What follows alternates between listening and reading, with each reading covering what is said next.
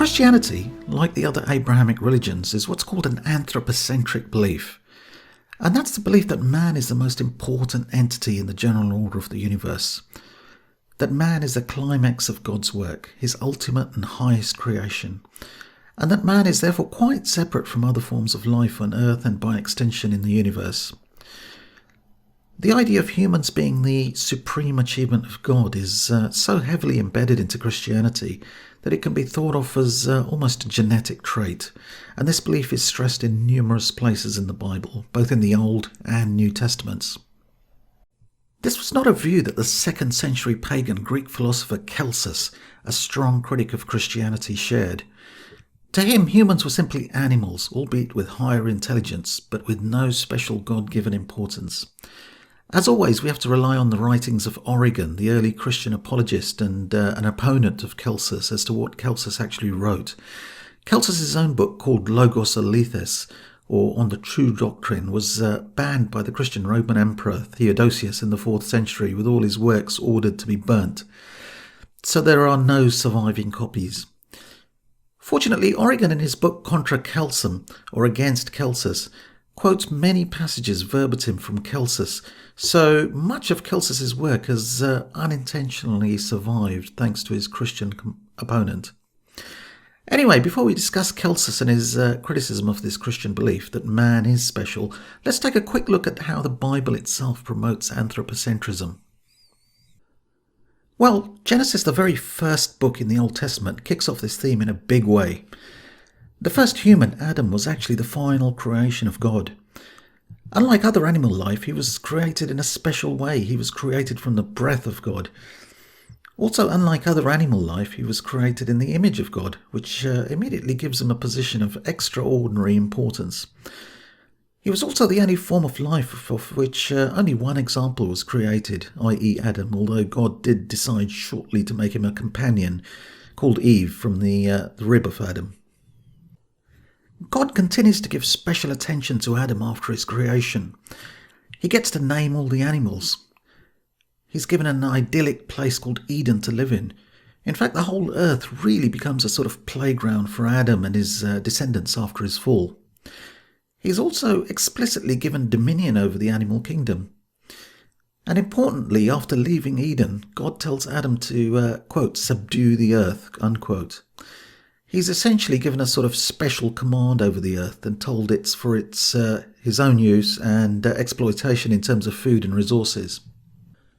Well, what about the other intelligent forms of life on this planet? Essentially, there's very little kinship between the animal world and man as seen in the Bible. Other forms of life don't really have that same intrinsic value in the sense that animals have no soul or immaterial aspect to them.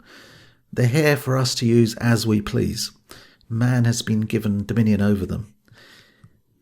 In the Old Testament, man is given sanction to use animals for food, and vegetarianism is never mentioned as the more ideal situation. Animals are also used as beasts of burden. And lastly, they're used for sacrifices. God in the Old Testament seems to absolutely love the burnt offerings of animals as a sacrifice to him. And you could argue that in fact this is their main function given his delight at the offerings. And this theme continues in the New Testament.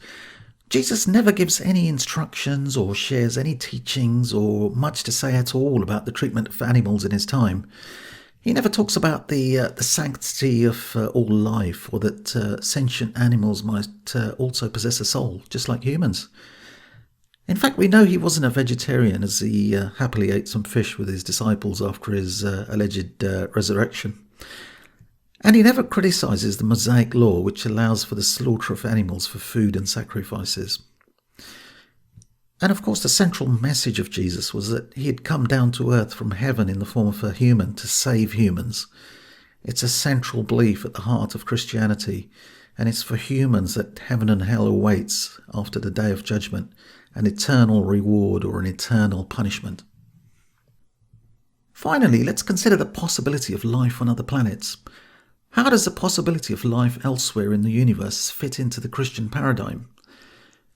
Well, this issue is never actually considered in the Bible, but if there is life on other planets, would this life, perhaps even more civilized than us, still count as less than us?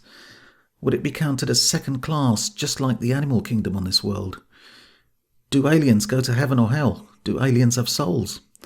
Do they need Jesus as well? Who can say, but the Bible gives no indication.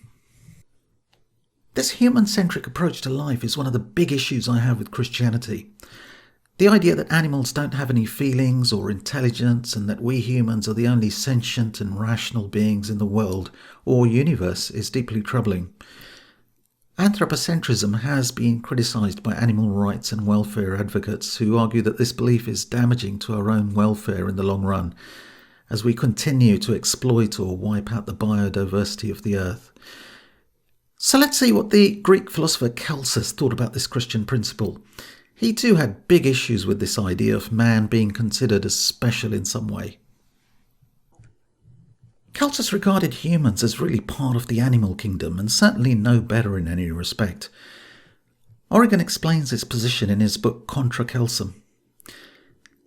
Celsus blames us meaning Christians, for asserting that God made all things for the sake of man, because from the history of animals and from the sagacity manifested by them, he would show that all things came into existence not more for the sake of man than of the irrational animals. So according to Celsus, it was wrong to suggest God had made the earth and the universe specifically for man, as the Bible suggested.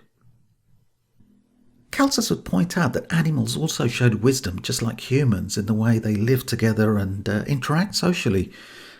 Elephants, for instance, have a much more ordered and peaceful coexistence between themselves than humans, while creatures like bees are much more sociable and industrious and work far better in their society than humans ever do. Come now, Celsus wrote, if one were to look down from heaven upon earth, in what respect would our actions appear to differ from those of ants and bees? Put simply, animals also made homes and nests for shelter, fed themselves and their young and protected themselves from predators, valuing life as humans do.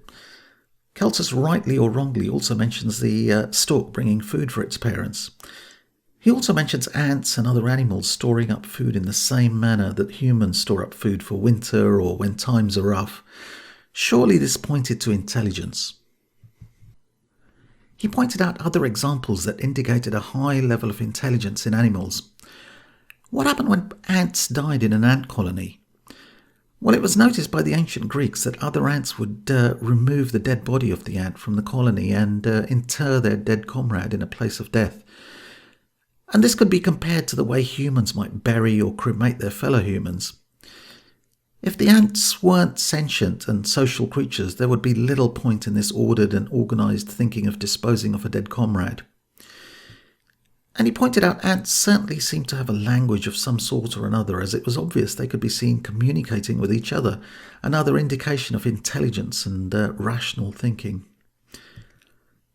And when they meet one another, Celsus wrote, they enter into conversation, for which reason they never mistake their way. Consequently, they possess a full endowment of reason and some common ideas on certain subjects, and a voice by which they express themselves. Perhaps one of the most appreciated attributes of animals was the friendship and bond they could develop with humans. Dogs, for instance, can become extremely loyal. This loyalty and bond, even to the point of death, was another example of intelligent behaviour. As for the earth and the environment, it was obvious to Celsus that the animal kingdom relied just as much on plants and trees as humans did, and that therefore plant life too was not put on earth specifically for humans. Although you may say, Celsus wrote, that these things, plants and trees and herbs and thorns, grow for the use of men, why will you maintain that they grow for the use of men rather than for that of the most savage of irrational animals? In fact, he argued that for animals the eating of plant and animal life comes naturally, whereas if anything it's more difficult for humans who have to learn the art of taming nature and learning how to plough the ground to make more food readily available. Humans by necessity had to plant and harvest food, something far more unnatural than the actions of animals who had to do none of these artificial activities. Animal life used the cycles of night and day, the cycles of the seasons to regulate their lives just as humans did. We were no different from them in our appreciation and dependence of the sun and its light and warmth that it gave us. Celsus then says the sun and the night, in other words, the environment we live in, have just as much an advantage to animals as to humans. They use the cycles to sleep and hunt. If ants and flies, which labour by day and rest by night, have, besides the benefit of those things which were created for the sake of men, we must not say that day and night were brought into being for the sake of ants and flies, nor must we suppose that they were created for the sake of nothing, but agreeably to the design of providence, were formed for the sake of man. Animal life was similar in every other way as well. They had physical weaknesses just like humans. He pointed out that birds and animals also seem to be inflicted with disease and ill health, just like humans, but can also recover from these ailments if they were healthy and due to their inbuilt desire to survive through fortitude. Just as humans have a desire to live, so did animals. One of the more interesting points Celsus makes is that really animals are much more suited to this planet than we are, and that it's only our advantage in intelligence that has given us ascendancy over time. He rightly points out that in much more primitive times it was the animals that held the upper hand. Wild beasts like lions and tigers could easily kill humans who had to hide or run at their approach. It's only in relatively recent times that humans had developed weapons with which they could compete with the animal kingdom. And because of this advantage, they assume a sense of superiority, that they were made special.